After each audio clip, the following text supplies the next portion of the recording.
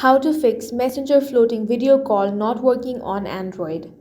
If you're facing this issue, then the first thing you want to do is launch open Play Store or App Store. Now tap on the search bar. Here you want to search Messenger. If you find the option of update, go ahead and tap on that, then update the app to the latest version. After that, launch open Messenger and check if your problem is fixed. If it is still not fixed, launch open your device settings, then scroll down and tap on apps. A list of all the applications on your device will be shown. Simply scroll down and find Messenger from here, then select it. Now, tap on the permissions option. Here make sure you have allowed all the necessary permissions, then head back. Now select notifications. Make sure that you have toggled on the option of notifications over here.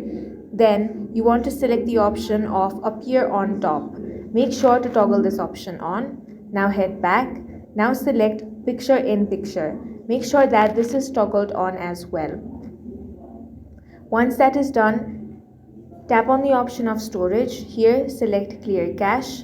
Once you do all of this, go ahead and launch open Messenger. Now your problem of Messenger floating video call not working will be fixed. That's all for this video. If you found it useful, make sure to hit the like button and subscribe for more videos like this.